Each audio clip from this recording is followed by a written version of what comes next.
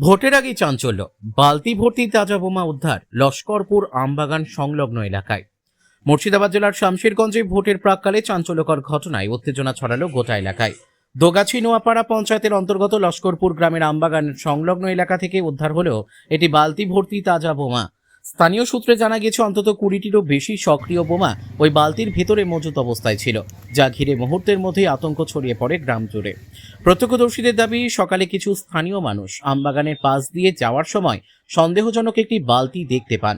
কাছ থেকে লক্ষ্য করতেই তারা বুঝতে পারেন সেটির ভেতরে রয়েছে বিপজ্জনক বিস্ফোরক সামগ্রী। খবর দেওয়া হয় স্থানীয় প্রশাসনকে। ঘটনার গুরুত্ব অনুধাবন করে দ্রুত ঘটনাস্থলে পৌঁছে যায় শামশেরগঞ্জ থানার পুলিশ। পুলিশ পৌঁছানোর পরই এলাকা ঘিরে ফেলা হয় এবং সাধারণ মানুষকে নিরাপদ দূরত্বে সরিয়ে দেওয়া হয়। পরিস্থিতি নিয়ন্ত্রণে আনতে মোতায়েন করা হয় অতিরিক্ত পুলিশ বাহিনী। একই সঙ্গে খবর পাঠানো হয় বোম নিষ্ক্রিয়করণ দলকে। পুলিশ সূত্রে জানা গেছে, অত্যন্ত সতর্কতার সঙ্গে প্রতিটি বোমা উদ্ধার করে নিরাপদ স্থানে সরিয়ে নিয়ে যাওয়া হচ্ছে। প্রাথমিক তদন্তে অনুমান, এগুলি অত্যন্ত শক্তিশালী দেশীয় বোমা, যা বড় ধরনের নাশকতার উদ্দেশ্যে মজুত করা হয়ে থাকতে পারে। যদিও এখনো পর্যন্ত এই ঘটনায় কাউকেই গ্রেপ্তার করা যায়নি।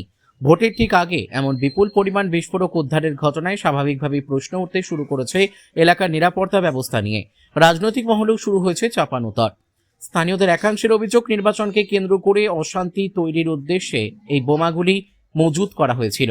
এদিকে গোটা লস্করপুর ও আশপাশের এলাকায় এখনো আতঙ্কের পরিবেশ বিরাজ করছে।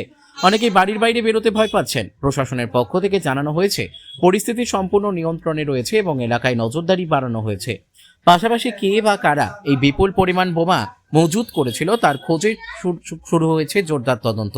ঘটনাটি সামনে আসতেই ফের একবার স্পষ্ট হয়ে গেল, ভোটের আগে আইন শৃঙ্খলা রক্ষায় প্রশাসনের সামনে বড় চ্যালেঞ্জ অপেক্ষা করছে।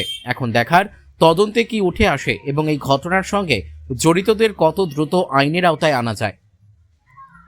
মুর্শিদাবাদের শামশেরগঞ্জ থেকে জয়ন্ত রায়ের রিপোর্ট, বিগ নিউজ বাংলা।